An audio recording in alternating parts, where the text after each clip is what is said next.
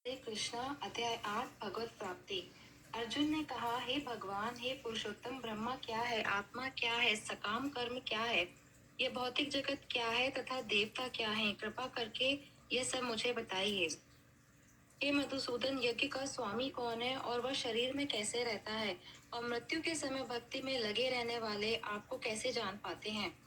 भगवान ने कहा, अविनाशी और दिव्य जीव ब्रह्म कहलाता है और उसका नित्य स्वभाव अध्यात्म या आत्मा कहलाता है। जीवों के लिए भौतिक शरीर से संबंधित गतिविधि कर्म या सकाम कर्म कहलाती है। हे देहधारियों में श्रेष्ठ, निरंतर परिवर्तनशील यह भौतिक प्रकृति अधिभूत भौतिक अभिव्यक्ति कहलाती है। भगवान का विराट रूप, जिसमें सूर्य तथा चंद्र जैसे समस्त देवता सम्मिलित हैं, आदि देव कहलाते हैं, तथा प्रत्येक देहधारी के हृदय में परमात्मा स्वरूप स्थित मैं परमेश्वर अधियज्ञ यज्ञ का स्वामी कहलाता हूँ। और जीवन के अंत में जो केवल मेरा स्मरण करते हुए शरीर का त्याग करता है, वह तुरंत मेरे स्वभाव को प्राप्त होता है, इसमें रंच मात्र भी संदेह नहीं है। हे कुंती पुत्र, शरीर त्यागते समय मनुष्य जिस जिस भाव का स्मरण करता है, वह उस भाव को निश्चित रूप से प्राप्त होता है। अतएव हे अर्जुन, तुम्हें सदैव कृष्ण रूप में मेरा चिंतन करना चाहिए और साथ ही युद्ध करने के कर्तव्य को भी पूर्ण करना चाहिए। अपने कर्मों को मुझे समर्पित करके तथा अपने मन एवं बुद्धि को मुझ में स्थिर करके तुम निश्चित रूप से मुझे प्राप्त कर सकोगे। हे पार्थ, जो व्यक्ति मेरा स्मरण करने में अपना मन निरंतर लगाए रखकर अविचलित भाव से भगवान के रूप में मेरा ध्यान करता है, वह मुझको अवश्य ही प्राप्त होता है। मनुष्य को चाहिए कि परम पुरुष का ध्यान सर्वज्ञ, पुरातन, नियंता, लघुतम से भी लघुतर, प्रत्येक का पालन करता, समस्त भौतिक बुद्धि से परे, अचिंत्य तथा नित्य पुरुष के रूप में करे। वे सूर्य की भांति तेजवान है और इस भौतिक प्रकृति से परे दिव्य रूप है।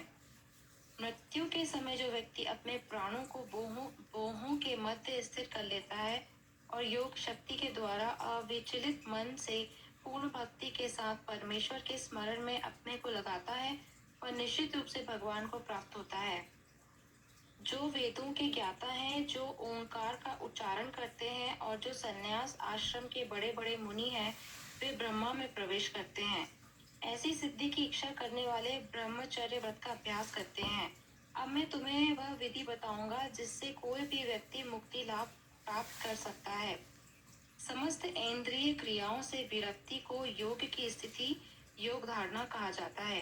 इंद्रियों के समस्त द्वारों को बंद करके तथा मन को हृदय में और प्राण वायु को सिर पर केंद्रित करके मनुष्य अपने को योग में स्थित करता है।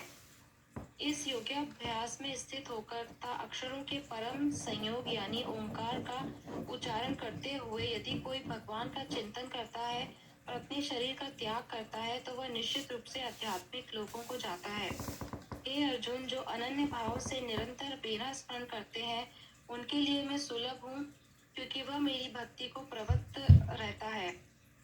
मुझे प्राप्त करके महापुरुष जो भक्ति योगी हैं, कभी भी दुखों से पूर्ण इस अनित्य जगत में नहीं लौटते, क्योंकि उन्हें परम सिद्धि प्राप्त हो चुकी है।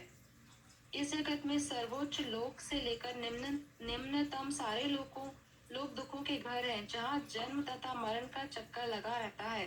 किंतु हे कुंती पुत्र, जो मेरे धाम को प्राप्त कर लेता है, वह फिर कभी जन्म नहीं लेता।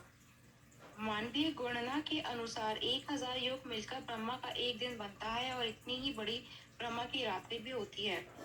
ब्रह्मा के दिन के शुभारंभ में सारे जीव अव्यक्त अवस्था से अव्यक्त होते हैं और फिर जब रात्रि आती है तो वे पुनः अव्यक्त में विलीन हो जाते हैं।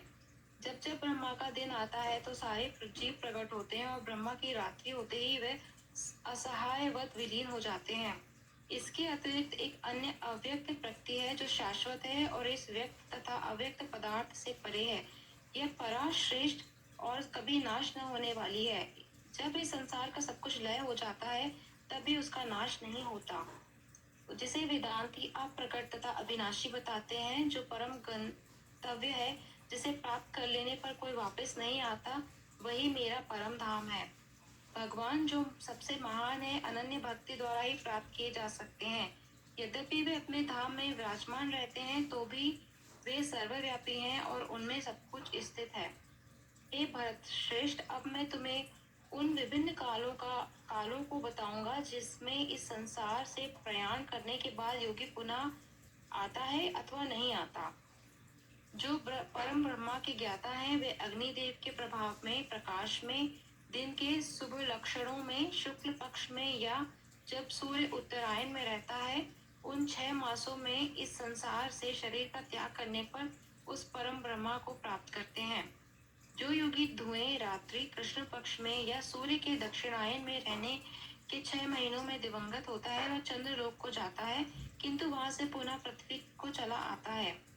वैदिक मतानुसार इस संसार से प्रयाण करने के 2 मार्ग हैं, एक प्रकाश का तथा दूसरा अंधकार का। जब मनुष्य प्रकाश के मार्ग से जाता है तो वापस नहीं आता, किंतु अंधकार के मार्ग से जाने वाला पुनः लौटकर आ जाता है। हे अर्जुन, यद्यपि भक्तगण इन दोनों मार्गों को जानते हैं, किंतु वे मोहग्रस्त नहीं होते, अतः तुम भक्ति में सदैव स्थिर रहो। जो व्यक्ति भक्ति मार्ग स्वीकार करता है वह वेद अध्ययन, तपस्या, दान, दार्शनिक तथा सकाम कर्म करने से प्राप्त होने वाले फलों से वंचित नहीं होता। वह मात्र भक्ति संपन्न करके इन समस्त फलों की प्राप्ति करता है और अंत में परम नित्य धाम को प्राप्त होता है। इस प्रकार श्रीमद् भगवद गीता के 8वें अध्याय भगवत प्राप्ति का भक्ति वेदांत तात्पर्य पूर्ण हुआ।